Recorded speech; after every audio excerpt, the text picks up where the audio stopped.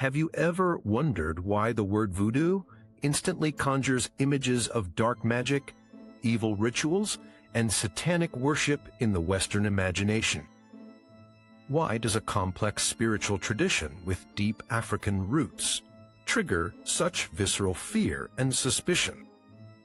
The answer lies not in the practice itself, but in a carefully constructed narrative born from colonial power, racial prejudice, and cultural suppression. Today, we'll uncover how white colonialism systematically transformed voodoo from a legitimate spiritual tradition into a symbol of satanic evil, and how this distortion continues to impact communities across the globe. Voodoo, or Vodou as it's properly known, represents one of history's most misunderstood spiritual systems. Its journey from respected African tradition to feared devil worship reveals profound truths about how dominant cultures weaponize religious differences. Bereshit, in the beginning, there was not darkness, but rather light and wisdom that colonial powers deliberately obscured. This is not just a story about religious persecution. It's about the deliberate erasure of cultural identity and the lasting consequences of that erasure that continue to shape our world today. The roots of voodoo stretch back to ancient West African spiritual traditions carried across the Atlantic through the brutal Middle Passage by enslaved peoples who maintained their connection to ancestral practices despite unimaginable suffering. What emerged in places like Haiti and Louisiana was not evil, but rather a testament to human resilience and spiritual adaptation. As Psalm 34:18 reminds us, "The Lord is close to the brokenhearted and saves those who are crushed in spirit." The enslaved found strength in their spiritual practices, but those in power saw this strength as threatening. Let us begin our journey through this complex history by examining how the seeds of demonization were first planted during the colonial era, when European powers sought to control not just the bodies, but the very souls of those they enslaved. Voodoo emerged as a powerful force of resistance against oppression. The colonial powers recognized this threat and responded by creating a narrative that would turn this source of strength into something to be feared and reviled.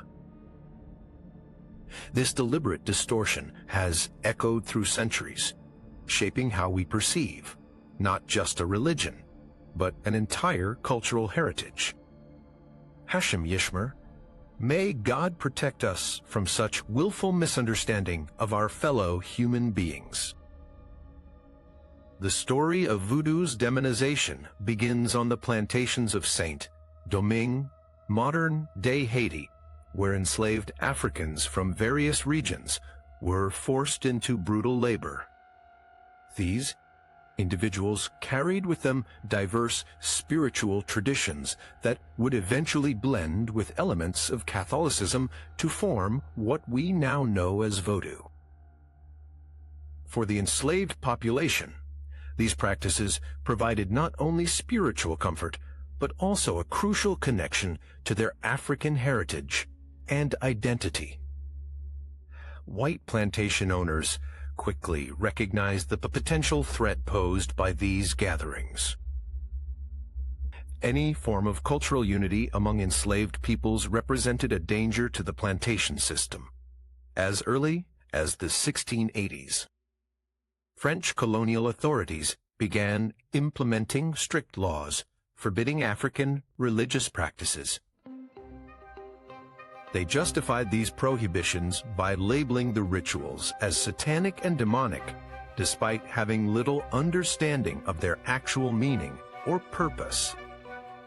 The Code Noir, established by Louis Evie in 1685, explicitly banned all non-Catholic religious practices in French colonies.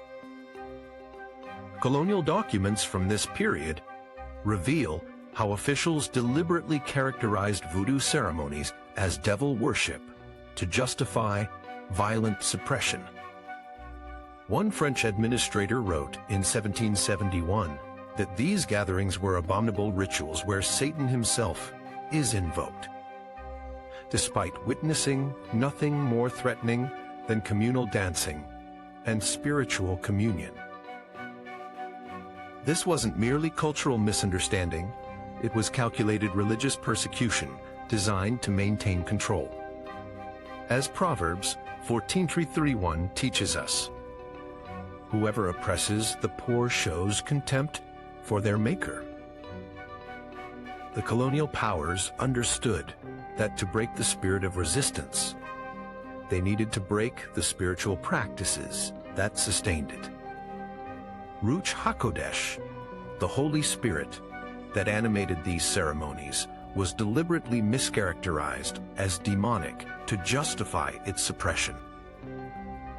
The missionaries who arrived in Haiti brought with them not just the Bible, but European conceptions of religion that left little room for alternative spiritual systems. Many genuinely believed they were saving souls from eternal damnation. Their writings frequently described voodoo practitioners as being in the grip of Satan, their ceremonies as Black Sabbaths, and their spiritual leaders as witches and warlocks.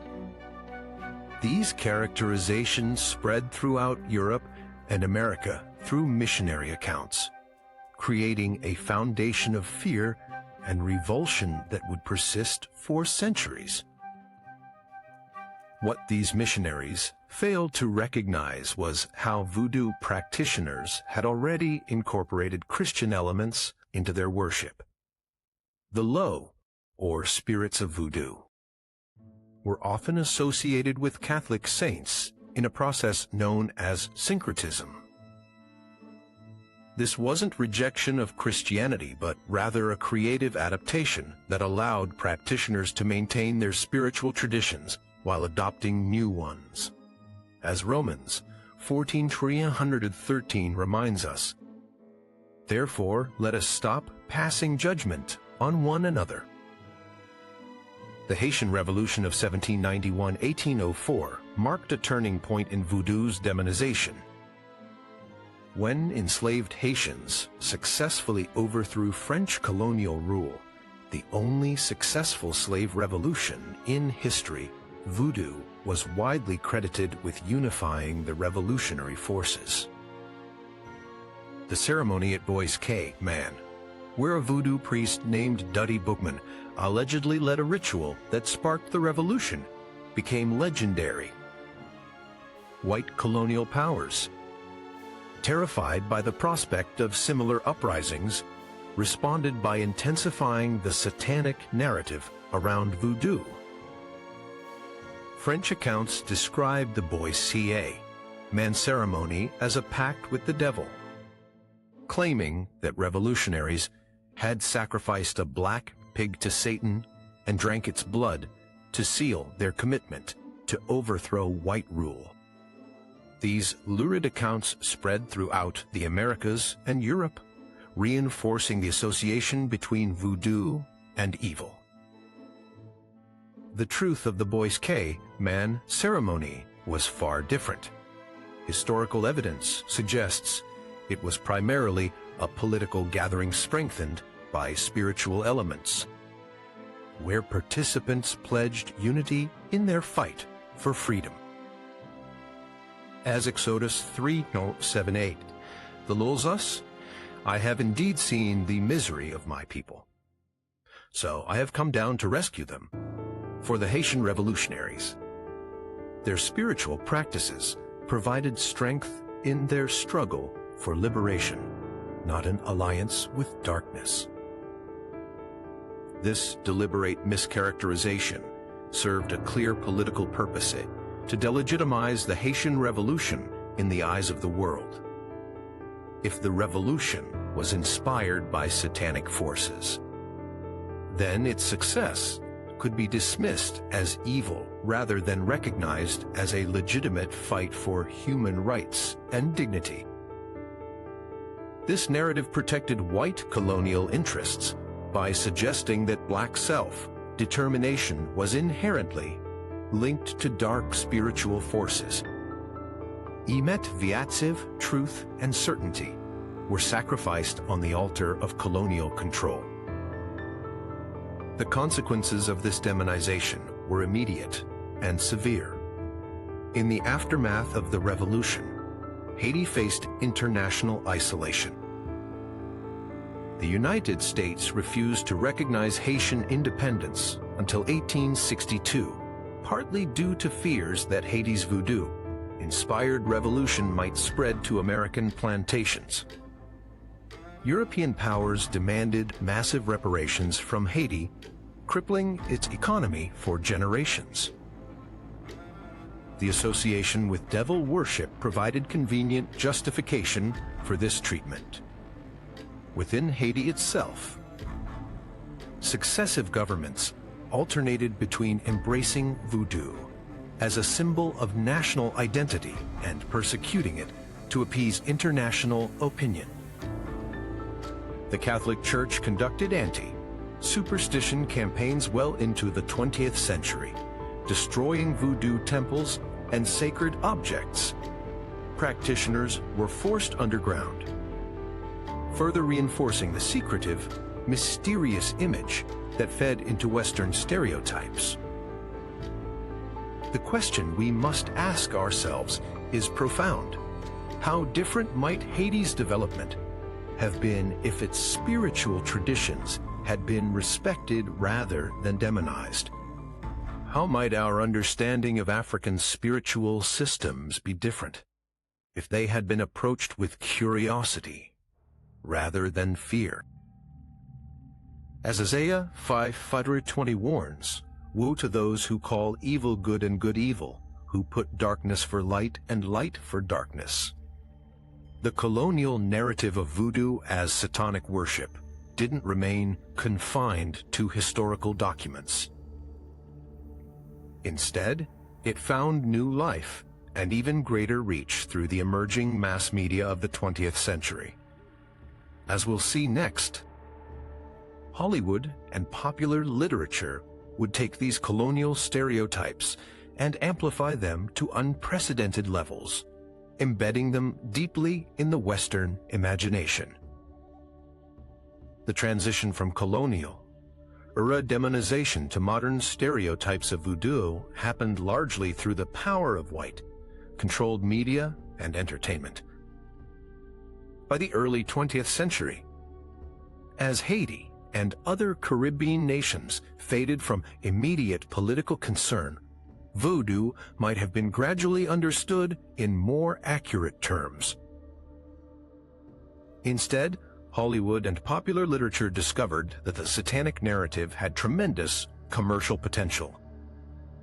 The 1932 film White Zombie, starring Bela Lugosi, is widely considered the first zombie movie in history. Set in Haiti, it portrayed voodoo as a sinister force used by a white plantation owner to create an army of the undead.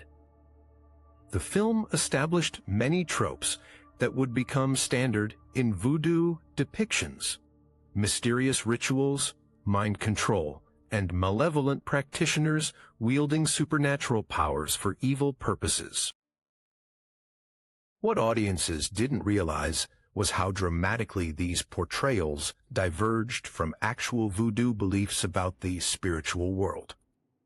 In authentic voodoo tradition, the concept of zombification has profound spiritual meaning related to the soul's journey and the possibility of exploitation after death. It reflects fears about losing one's spiritual essence rather than creating mindless servants. As Ecclesiastes 12:7 reminds us, the dust returns to the ground it came from, and the spirit returns to God who gave it. The Hollywood version stripped away this spiritual depth, reducing a complex concept to a horror movie monster. The film's title itself, White Zombie, reveals another disturbing aspect of voodoo's portrayal in popular culture. White fascination with voodoo often centered on fears of racial contamination and loss of control. The terrifying prospect for white audiences wasn't just zombification, but the idea of white people falling under the spiritual influence of black practitioners. This racial anxiety underpinned countless voodoo narratives in film and literature.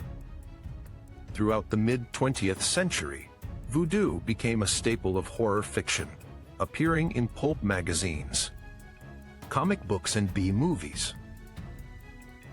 These portrayals almost invariably featured the same elements voodoo dolls used for torture, blood sacrifices, and dark rituals to summon demonic forces. The practitioners were typically depicted as either malevolent schemers or primitive savages. Rarely were they shown as ordinary people engaged in legitimate spiritual practice.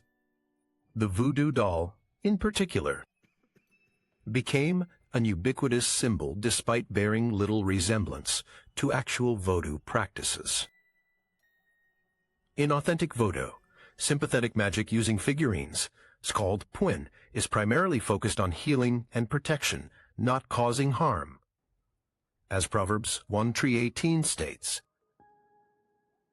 "The words of the reckless pierce like swords, but the tongue of the wise brings healing." Yet popular culture transformed these objects of healing into instruments of torture, further cementing the association between voodoo and malevolence. Hollywood's portrayal of voodoo reached new heights of sensationalism in the 1970s and 1980s with films like Live and Let Die, 1973, which incorporated voodoo elements into the James Bond franchise, and The Serpent and the Rainbow, 1988, loosely based on ethnobotanist Wade Davis's research, but dramatically exaggerating the horrific aspects of voodoo for shock value.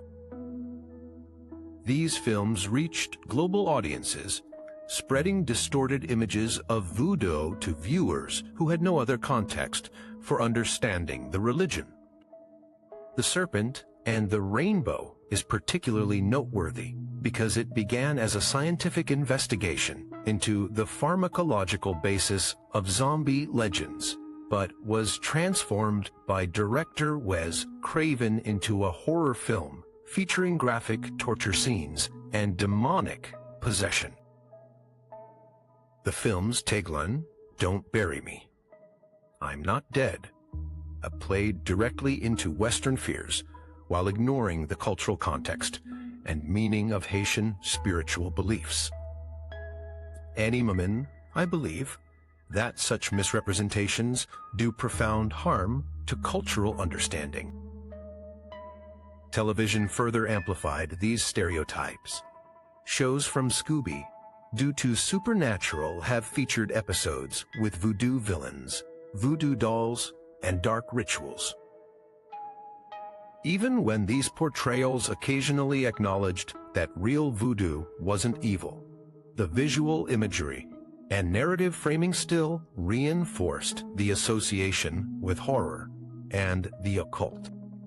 The cumulative effect of these countless media depictions was to make the connection between voodoo and satanic practices seem self-evident to Western audiences. Travel literature and journalism about Haiti and New Orleans frequently emphasized the dark and mysterious aspects of voodoo, presenting it as a tourist curiosity rather than a legitimate religion. Articles with titles like Inside Haiti's Voodoo Underworld or Midnight with the Voodoo Priests of New Orleans promised readers a titillating glimpse into forbidden practices. These pieces rarely consulted actual practitioners about the meaning of their rituals, instead imposing external interpretations that aligned with existing stereotypes. A particularly harmful trend emerged in news coverage of Haiti during times of crisis. Following the devastating 2010 earthquake, numerous mainstream media outlets published pieces suggesting that Haiti's pact with the devil, referring to the boy's Catman, ceremony had somehow brought divine punishment upon the nation. This rhetoric, coming from some prominent religious and political figures, demonstrated how deeply the colonial narrative of voodoo as satanic worship had penetrated even contemporary discourse. The commercial exploitation of voodoo extended beyond entertainment into consumer products. Voodoo became a marketing term attached to everything from hot sauce to energy drinks, always with imagery suggesting something forbidden, dangerous, and exotic. These products appropriated religious symbols for commercial gain while reinforcing negative stereotypes. As Exodus 23:7 cautions, "You shall not misuse the name of the Lord your God." What's particularly striking about these portrayals is their remarkable consistency over decades. While Hollywood's depictions of other religious and cultural groups have sometimes evolved toward greater accuracy and sensitivity, voodoo remains largely trapped in stereotypes established during the colonial era. The satanic narrative proved too commercially valuable and too deeply ingrained to easily discard. For white audiences, these portrayals offered a thrilling encounter with the exotic other without requiring any real understanding of the cultural context or spiritual meaning of voodoo practices. The religion became pure spectacle, a collection of spooky imagery divorced from its historical roots in African spirituality and its development as a religion of resistance and survival. But while these portrayals might have seemed like harmless entertainment to white audiences, they had profound and damaging effects on the communities who actually practiced voodoo and on broader perceptions of Black spirituality. As we'll explore next, the labeling of voodoo as satanic created tangible harm for Black communities, forcing many to choose between their cultural heritage and social acceptance. The spiritual colonization that began on plantations continued through popular media, creating internal conflicts that would fracture communities and families for generations.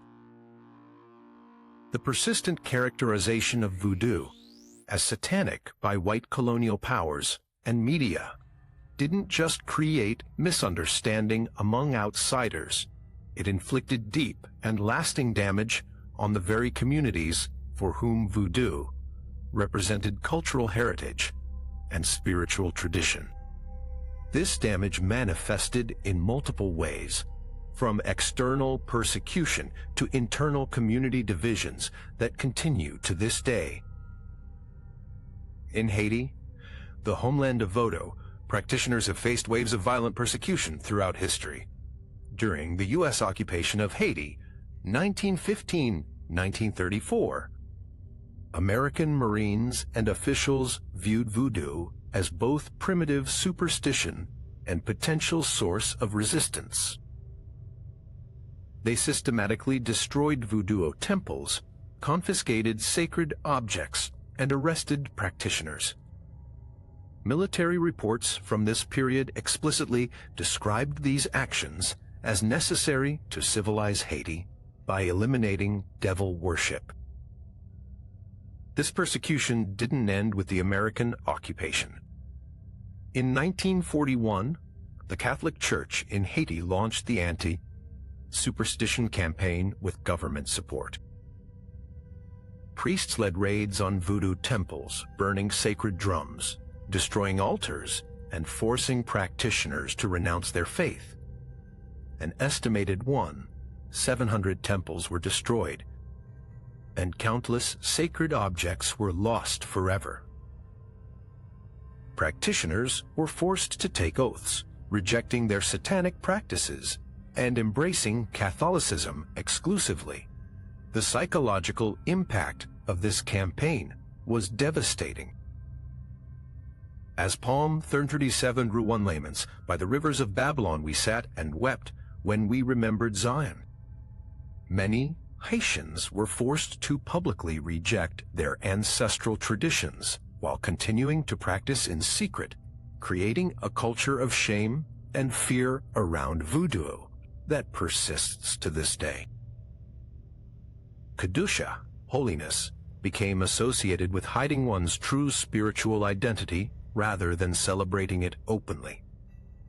In the United States, particularly in New Orleans and other areas with significant Haitian and African diaspora populations, voodoo practitioners faced similar persecution. Laws specifically targeting voodoo rituals were enacted in many southern states during the 19th and early 20th centuries.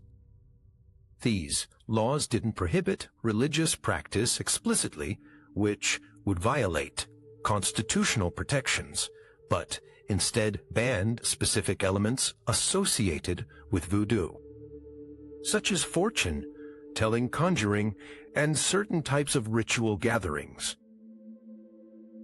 The infamous 1928 raid on the Temple of Innocent Blood in New Orleans resulted in the arrest of dozens of practitioners on charges of disturbing the peace and promoting superstition.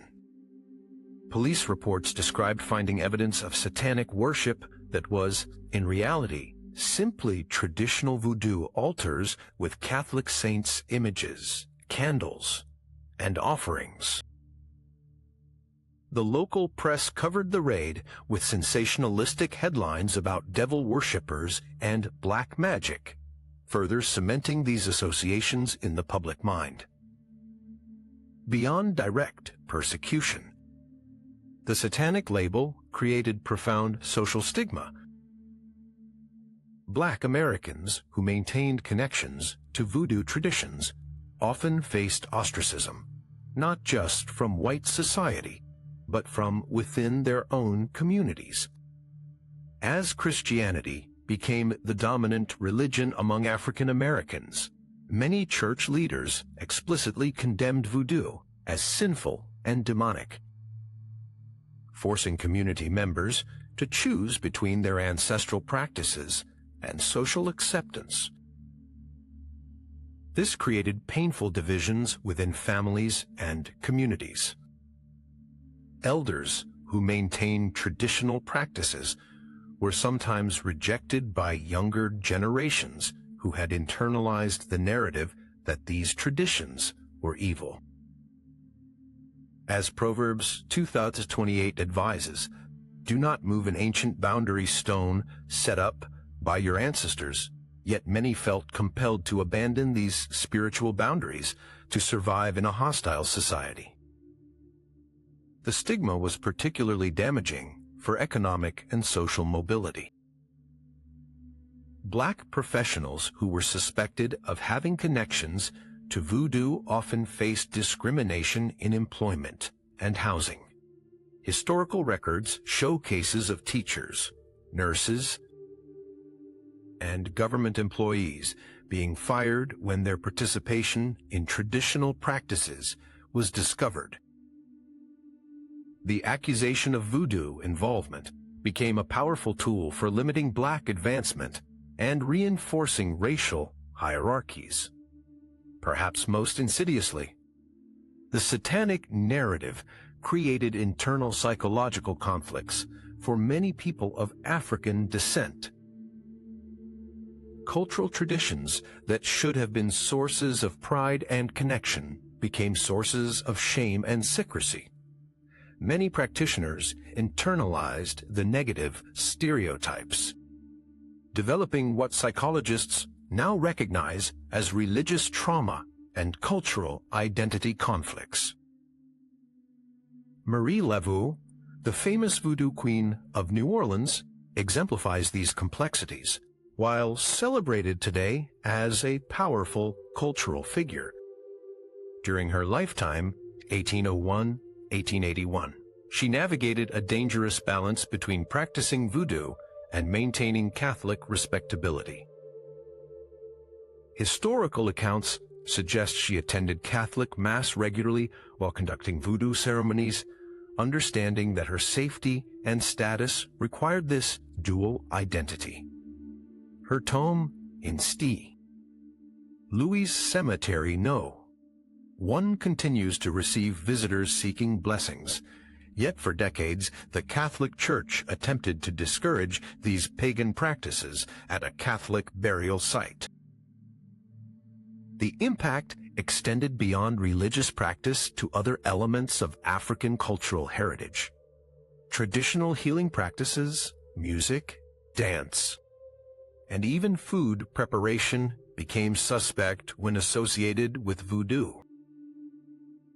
Knowledge that had been preserved through generations of oral tradition was lost as practitioners became reluctant to pass it on, fearing they would subject their children to persecution or internal conflict. As Deuteronomy 6-7 instructs, impress them on your children. Talk about them when you sit at home, and when you walk along the road, when you lie down, and when you get up. Yet, for many families with connections to voodoo traditions, this intergenerational transmission of knowledge became dangerous or impossible due to the satanic label. The consequences weren't limited to spiritual matters.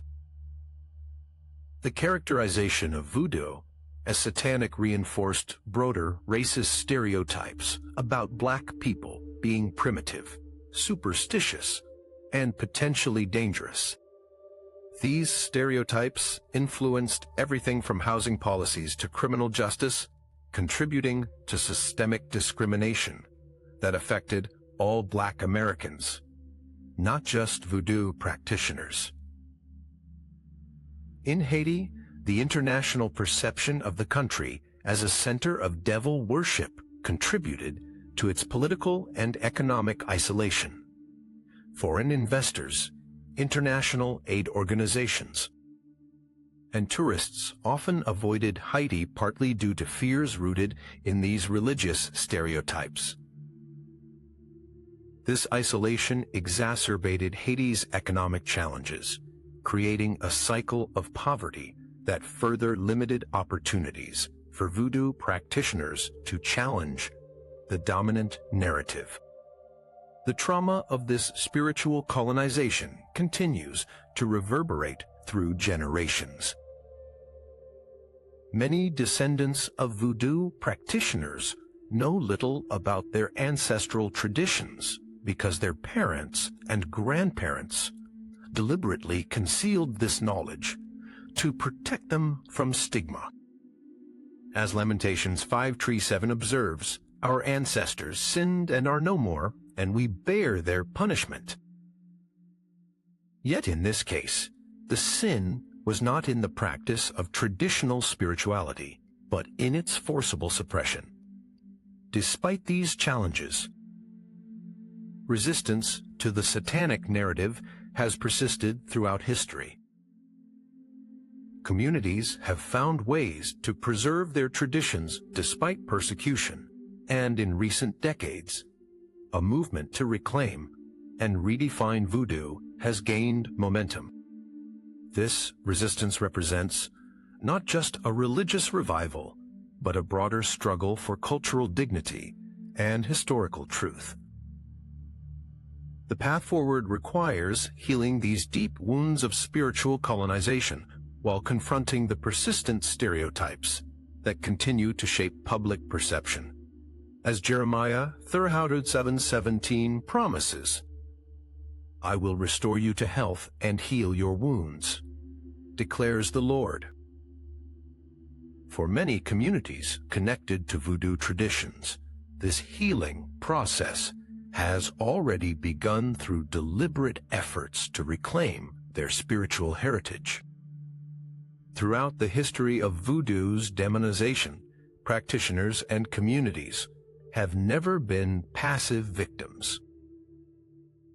From the earliest days of slavery through contemporary times, resistance to the satanic narrative has taken many forms, from secretive preservation of traditions to public celebrations of African spiritual heritage. During slavery, resistance often meant practicing in secret. Enslaved people developed sophisticated systems of coded language, hidden symbols, and disguised rituals that allowed them to maintain spiritual connections while appearing to conform to imposed Christianity. Sacred knowledge was preserved through oral tradition, passed from elders to the younger generation through stories, songs, and private ceremonies conducted away from the overseer's gaze. As Psalm 119:11 says, "I have hidden your word in my heart, that I might not sin against you." For these communities, hiding their spiritual traditions was not deception, but sacred preservation. This pattern of hidden practice continued long after emancipation. In Haiti, the phenomenon of serving with both hands emerged, publicly practicing Catholicism while privately maintaining voodoo traditions. Many families maintained hidden altars in back rooms or secret spaces where they could honor the low, the spirits and ancestors without facing persecution. These private practices became a form of resistance against cultural erasure, maintaining connections to African heritage despite external pressure. In New Orleans, Marie Laveau demonstrated another form of resistance through strategic adaptation, rather than rejecting Catholic elements. She and other voodoo practitioners incorporated them into their practice, creating a syncretic tradition that could survive in a hostile environment. By associating Catholic saints with African Lo, practitioners could maintain their spiritual system while presenting a more acceptable face to the dominant culture. This wasn't surrender, but strategic survival, keeping the essence of the tradition alive by adapting its external forms. The Harlem Renaissance of the 1920s marked an important turning point in resistance to the satanic narrative. African American artists, writers, and scholars began explicitly challenging negative stereotypes about African cultural heritage, including voodoo. Writers like Zora Neale Hurston conducted anthropological research on voodoo practices in Haiti and the American South, presenting them as sophisticated cultural systems rather than primitive superstitions. Her 1938 book Tell, My Horse Offered One of the First Respectful, insider accounts of Haitian Vodou available to American readers. Artistic resistance continued through the civil rights era and beyond. Katherine Dunham, the pioneering African-American dancer and anthropologist, incorporated authentic Vodou dance elements into her choreography, presenting them to mainstream audiences as beautiful cultural expressions rather than exotic curiosities. Her work helped shift perceptions by emphasizing the aesthetic and spiritual depth of traditions that had been dismissed as primitive or evil. The Black Power movement of the 1960s and 70s brought a more explicit reclamation of African spiritual traditions, including voodoo. activists explicitly rejected the Christian-centric narrative that had labeled African traditions as satanic, instead embracing them as valuable cultural heritage. Organizations like the National Conference of Black Lawyers began challenging laws that discriminated against African traditional religions, arguing that such discrimination violated First Amendment protections. In 1987, Haiti's new constitution officially recognized Vodou as a religion with the same legal status as Catholicism and Protestantism, a landmark achievement after centuries of persecution. This legal recognition enabled more open practice and began the process of destigmatizing Vodou within Haiti itself. Public ceremonies that had once been conducted in secret could now be celebrated openly, allowing for cultural revival and preservation. The digital age has created new opportunities for resistance and education. Practitioners and scholars use websites, social media, and online forums to share accurate information about voodoo traditions, directly challenging stereotypes and misinformation. YouTube channels featuring authentic ceremonies and explanations by actual practitioners reach global audiences, providing alternatives to Hollywood's distorted portrayals. As Proverbs 15:2 observes, "The tongue of the wise adorns knowledge, but the mouth of the fool gushes folly." These digital platforms allow the wise to speak directly, without their message being filtered through prejudiced intermediaries. Academic institutions have also become sites of resistance. University programs in Africana studies, religious studies, and anthropology increasingly include curriculum on Vodou and related traditions, presenting them as legitimate subjects for scholarly inquiry, rather than exotic curiosities. Scholars of Haitian and African descent have taken leading roles in this academic reclamation, producing research that challenges centuries of misrepresentation. Chochmat Halev, wisdom of the heart, is finally being recognized in traditions long dismissed as primitive. Museums and cultural institutions have begun featuring exhibitions on Vodou that emphasize its artistic, historical, and spiritual significance.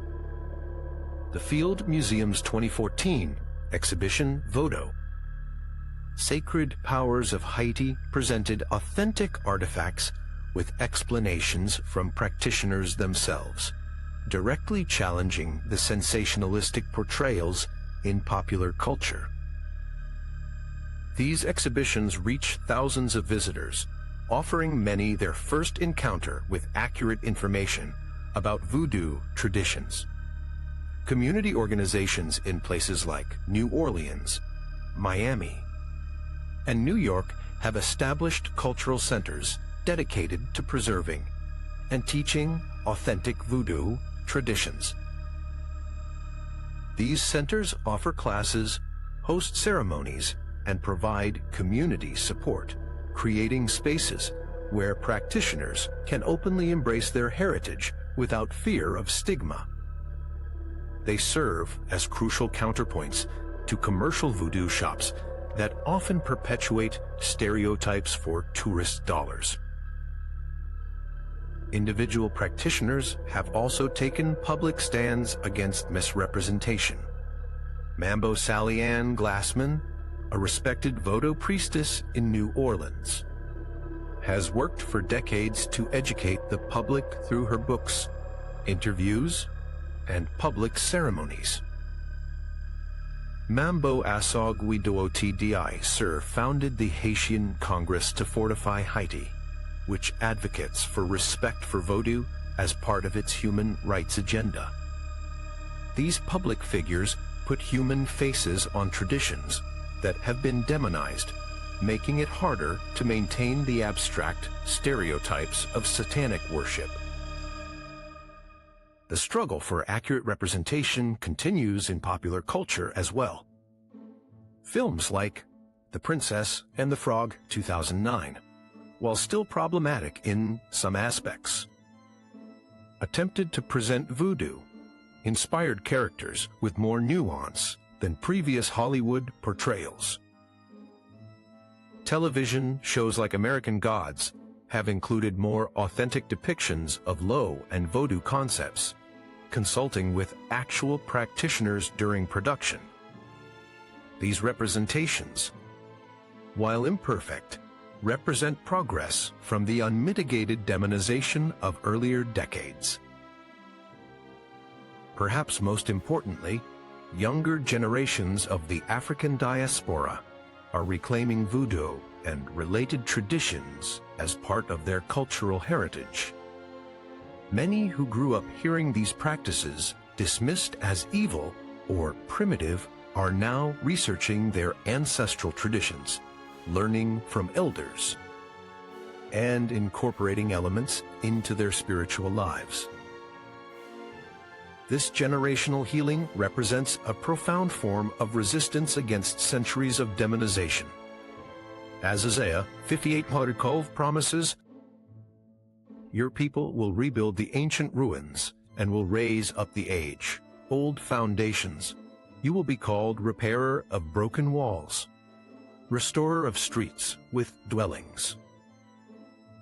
For many in the African diaspora, reclaiming voodoo traditions represents exactly this kind of restoration, rebuilding connections to ancestral wisdom that colonial powers attempted to destroy. This reclamation isn't without challenges. Centuries of demonization have created deep-seated prejudices that don't disappear overnight. Commercial exploitation continues, with voodoo still used as a marketing term for products that have nothing to do with the actual tradition. And within some Black communities, divisions persist between those who embrace African spiritual heritage and those who view it through the lens of Christian doctrine as potentially dangerous or sinful. Despite these challenges, the movement to reclaim voodoo from its satanic characterization continues to gain momentum. Each accurate portrayal, each public ceremony, each academic study, and each personal journey of reconnection represents an act of resistance against a narrative imposed through colonial violence and perpetuated through cultural ignorance.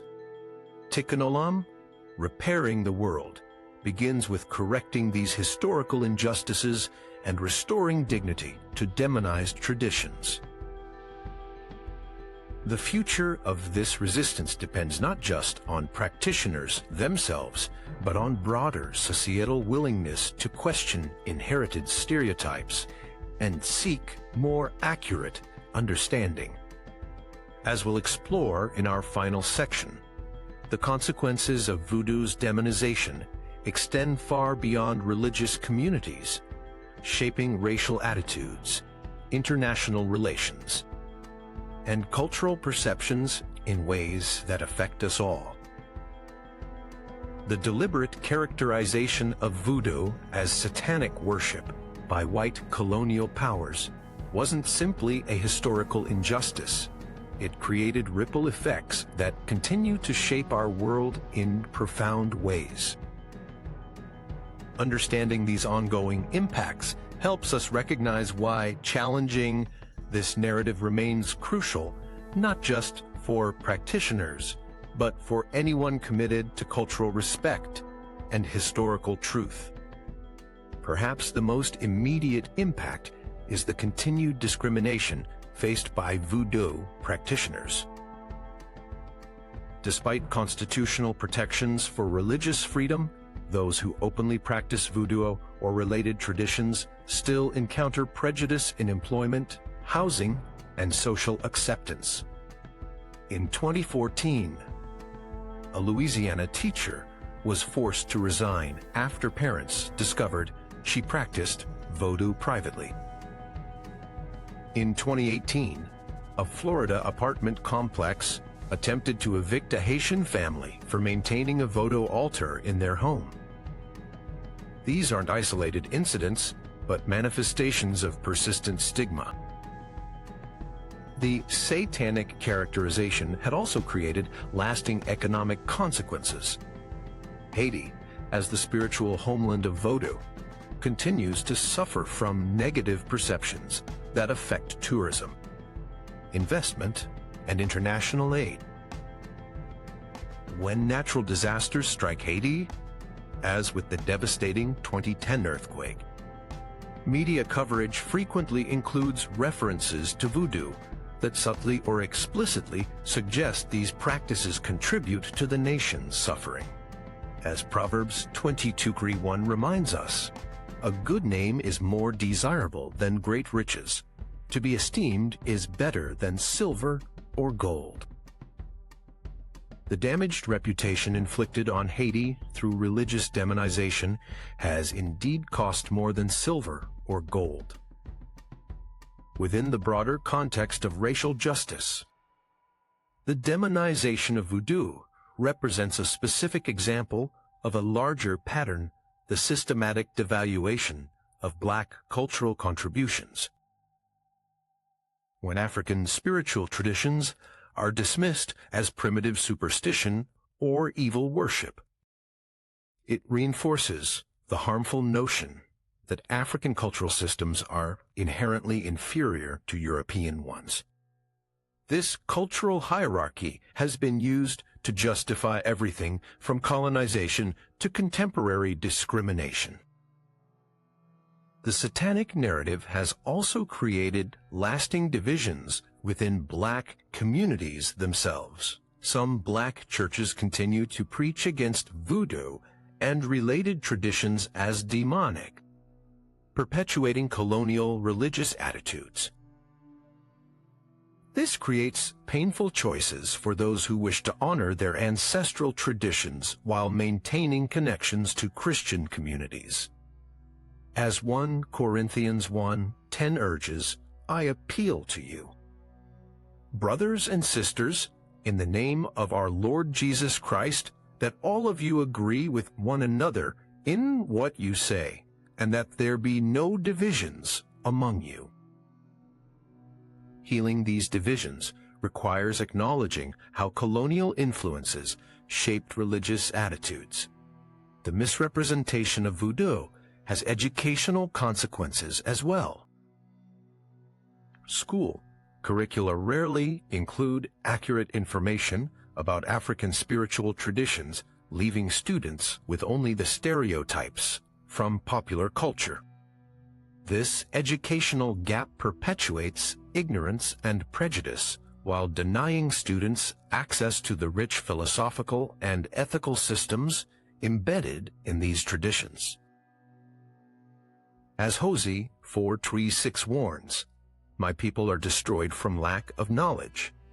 The deliberate suppression of knowledge about African spiritual systems represents exactly this kind of destruction. In the realm of cultural production, the persistent association between voodoo and horror continues to limit how these traditions can be represented. Filmmakers, authors, and artists who wish to present more accurate portrayals often struggle against audience expectations shaped by centuries of stereotyping. The commercial success of sensationalistic portrayals creates financial incentives to perpetuate rather than challenge these stereotypes, creating a cycle that's difficult to break. The demonization of voodoo also has implications for religious freedom more broadly. When one religious tradition can be successfully labeled as satanic and persecuted on that basis, it creates precedents that threaten other minority religions. The same rhetoric and legal strategies used against voodoo have been deployed against other traditions perceived as outside the mainstream. From Native American spiritual practices to modern pagan traditions. Defending voodoo against demonization thus becomes part of defending religious pluralism itself. For practitioners themselves, the psychological impact of generations of demonization creates unique spiritual challenges. Many must overcome internalized shame before they can fully embrace their traditions. Others struggle with whether to practice openly or keep their spiritual lives private to avoid discrimination. As Psalm 69:6 pleads, "May those who hope in you not be disgraced because of me, O Lord, the Lord Almighty. May those who seek you not be put to shame because of me, O God of Israel." This fear of bringing shame upon one's community through religious practice represents a heavy psychological burden. The global understanding of African contributions to world religion and philosophy has also been diminished by the demonization of voodoo and related traditions. The sophisticated theological systems, ethical frameworks, and healing practices contained within these traditions remain largely unrecognized in global discourse about religion and spirituality. This represents not just a loss for practitioners, but for humanity's collective wisdom. Ruach Elohim, the Spirit of God, speaks through many traditions. Yet some voices have been systematically silenced. Despite these ongoing challenges, there are reasons for hope. The digital age has democratized information, making it increasingly difficult to maintain stereotypes in the face of readily available counter-narratives.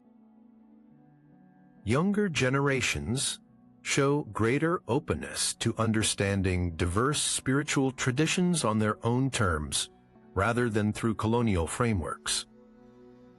And the growing recognition of the historical injustices of colonialism creates space for reconsidering its religious dimensions as well.